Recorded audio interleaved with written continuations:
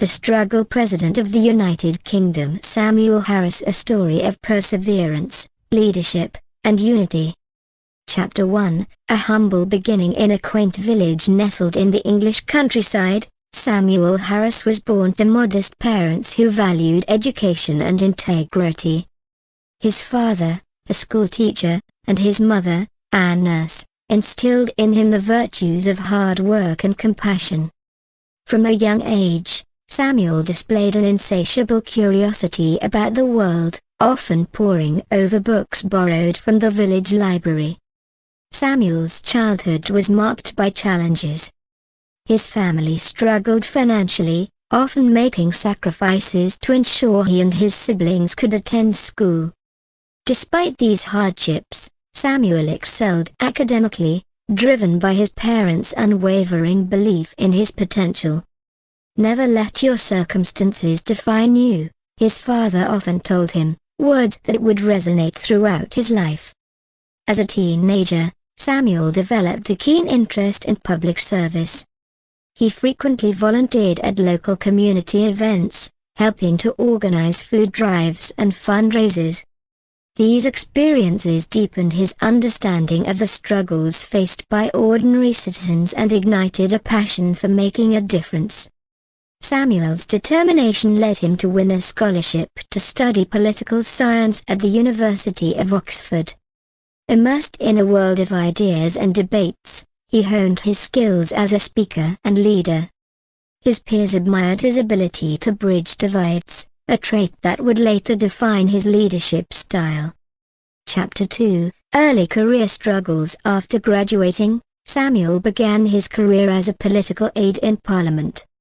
He faced skepticism from colleagues who doubted his abilities due to his humble background. Yet, he persevered, learning the intricacies of governance and policy making. He often worked long hours, determined to prove himself through dedication and hard work. Samuel's breakthrough came when he successfully spearheaded a campaign to improve rural healthcare access. His tireless advocacy led to tangible changes in underserved communities, earning him respect among his peers. Despite this success, he remained grounded, often reminding himself of the people whose lives he sought to improve. Criticism and setbacks were frequent companions in Samuel's early career. His proposals for education reform were met with resistance, and he faced personal attacks from political opponents. These challenges tested his resolve, but he drew strength from his vision of a more equitable society. As Samuel's reputation grew, he became known for his ability to connect with people from all walks of life. His authenticity and willingness to listen endeared him to voters, laying the groundwork for his rise in politics. "Leadership is not about power," he would say, "it's about service." Chapter 3, A Rising Star. Samuel's first significant political victory came when he was elected as a Member of Parliament, MP, for his hometown district. His campaign focused on issues close to his heart: education, healthcare, and economic equality. The victory was not just a personal milestone but a moment of pride for his community, who saw him as a symbol of hope. As an MP, Samuel quickly established himself as a reformer. He championed initiatives to reduce child poverty, increase funding for public schools, and promote renewable energy. His efforts were not without controversy, as critics accused him of being too idealistic. Samuel responded by doubling down on his commitment to his constituents, earning their unwavering support. During a parliamentary debate on climate change, Samuel delivered a stirring speech that captured the nation's attention. "We cannot ignore the cries of our planet or the future of our children," he declared. His words inspired a movement, with citizens rallying around his vision for a greener, more sustainable future. Samuel's growing popularity brought increased scrutiny.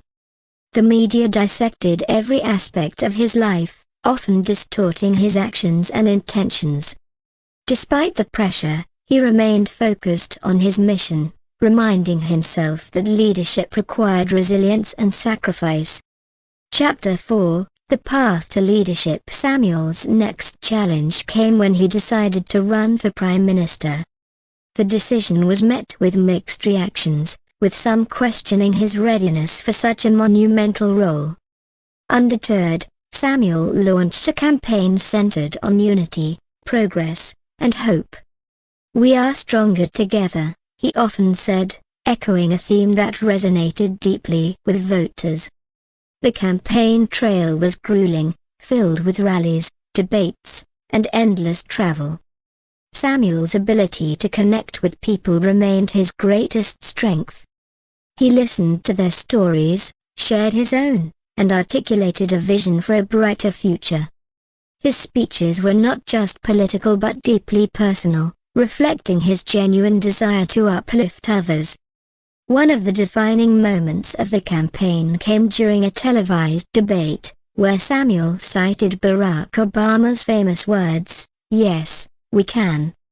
He connected Obama's message of hope to his own vision, sparking a wave of enthusiasm among supporters. The phrase became a rallying cry, symbolizing the power of collective action. Critics attempted to undermine Samuel's campaign with attacks on his background and policies. He addressed these challenges with grace, emphasizing the importance of focusing on solutions rather than divisions. His ability to rise above the fray earned him respect even among his detractors. Chapter 5: A Historic Victory. Samuel Harris made history when he was elected the first President of the United Kingdom, following a constitutional reform that introduced the role. His victory was celebrated as a triumph of resilience, representation, and progress. For many, it was a moment that validated their belief in the possibility of change. During his inaugural address, Samuel invoked the words of Barack Obama, "The road ahead will be long. Our climb will be steep. But we will get there." His speech was met with widespread acclaim, with citizens applauding his call for unity and determination. It was clear that Samuel's leadership would be defined by collaboration and hope. As president, Samuel faced immediate challenges, including a divided parliament, an economic downturn, and the lingering effects of a global pandemic. He approached these issues with pragmatism and compassion, working tirelessly to find solutions that benefited all citizens. His administration prioritized rebuilding trust in institutions, addressing climate change, and investing in education and healthcare. Samuel's policies were guided by his core belief that leadership should serve the people, particularly the most vulnerable. His ability to inspire and mobilize others became the cornerstone of his presidency. Chapter 6: Leading Through Adversity. Samuel Harris's presidency was immediately tested by an economic crisis that threatened the livelihoods of millions. A global downturn, exacerbated by supply chain disruptions and rising inflation, left families struggling to make ends meet. Samuel approached the challenge with urgency and empathy, convening experts and community leaders to craft solutions. He launched a national recovery program, focusing on job creation, small business support, and investments in renewable energy. His decision to prioritize green industries not only stimulated the economy but also addressed long-term environmental goals. A thriving economy should never come at the expense of our planet, Samuel reminded the nation during a televised address. Despite his efforts, opposition from a faction of Parliament created roadblocks. Critics labeled his policies overly ambitious, arguing that the focus on climate initiatives distracted from immediate needs. Samuel remained steadfast, meeting with dissenting MPs to find common ground and ensure progress. His ability to build consensus proved invaluable. Public reaction to Samuel's leadership during this period was mixed. Many praised his bold vision and refusal to compromise on core values, while others questioned the feasibility of his plans. Yet, Samuel's transparency and willingness to listen won over skeptics, gradually rebuilding trust in the government. Chapter 7, The People's President. Samuel believed that staying connected with the public was critical to effective leadership. Throughout his presidency, he made regular visits to communities across the country, from bustling cities to remote villages.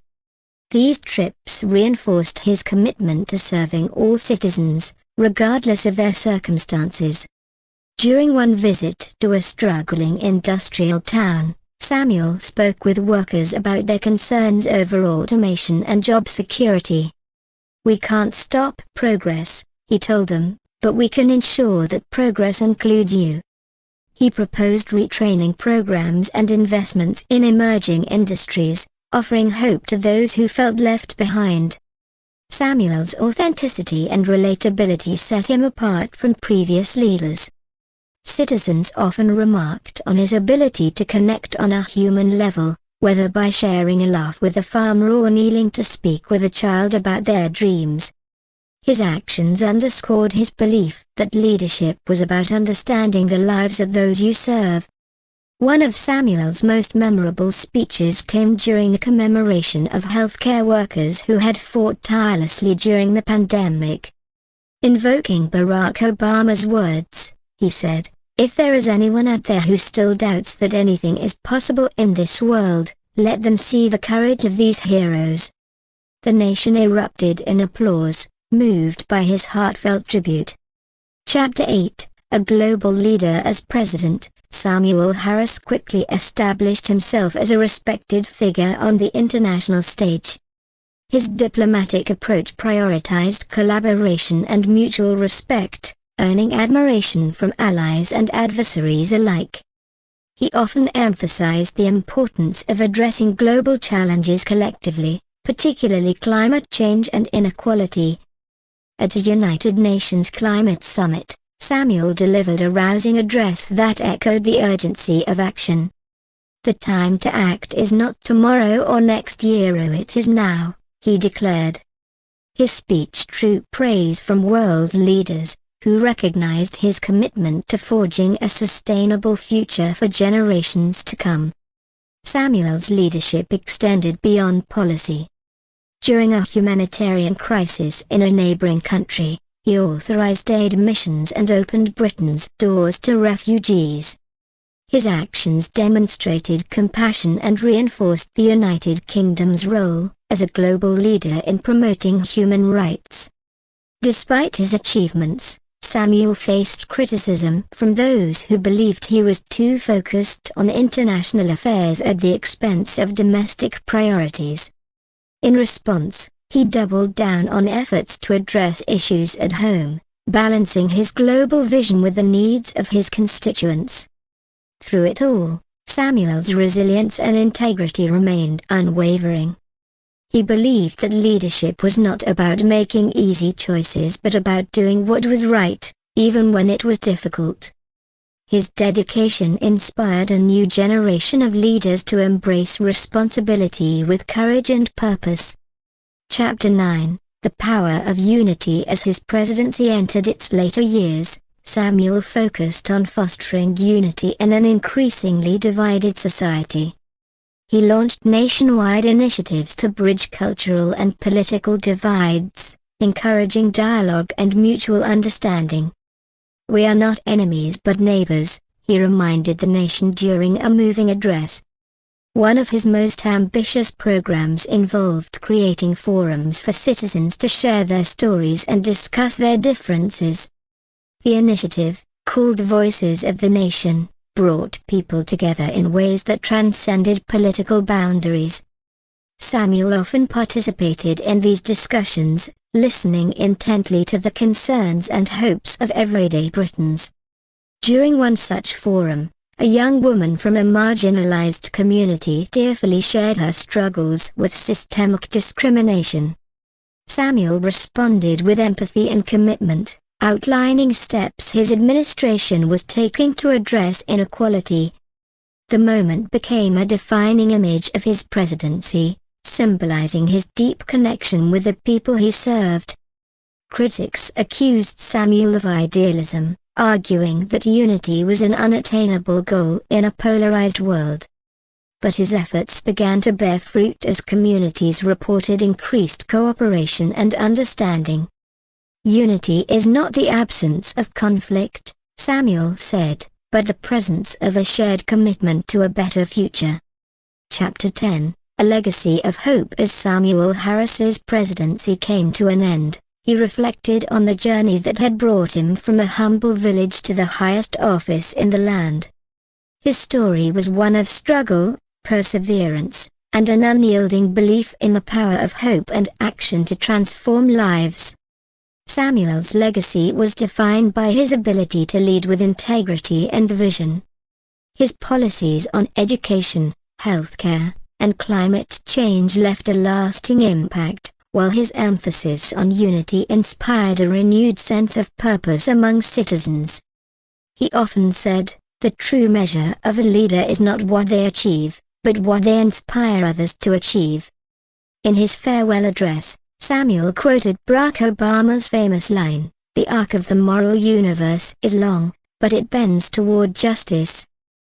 The speech was met with widespread acclaim, as citizens and leaders alike praised his unwavering commitment to progress and fairness. Public reaction to Samuel's departure was a mix of gratitude and hope. Many viewed him as a transformative leader who had not only navigated crises but also elevated the nation's spirit. His presidency proved that leadership rooted in empathy and resilience could overcome even the greatest challenges. Samuel Harris's story serves as a reminder that the struggles we face are not obstacles but opportunities to grow and make a difference. His journey from humble beginnings to the presidency of the United Kingdom is a testament to the power of perseverance, compassion, and the belief that we are stronger together.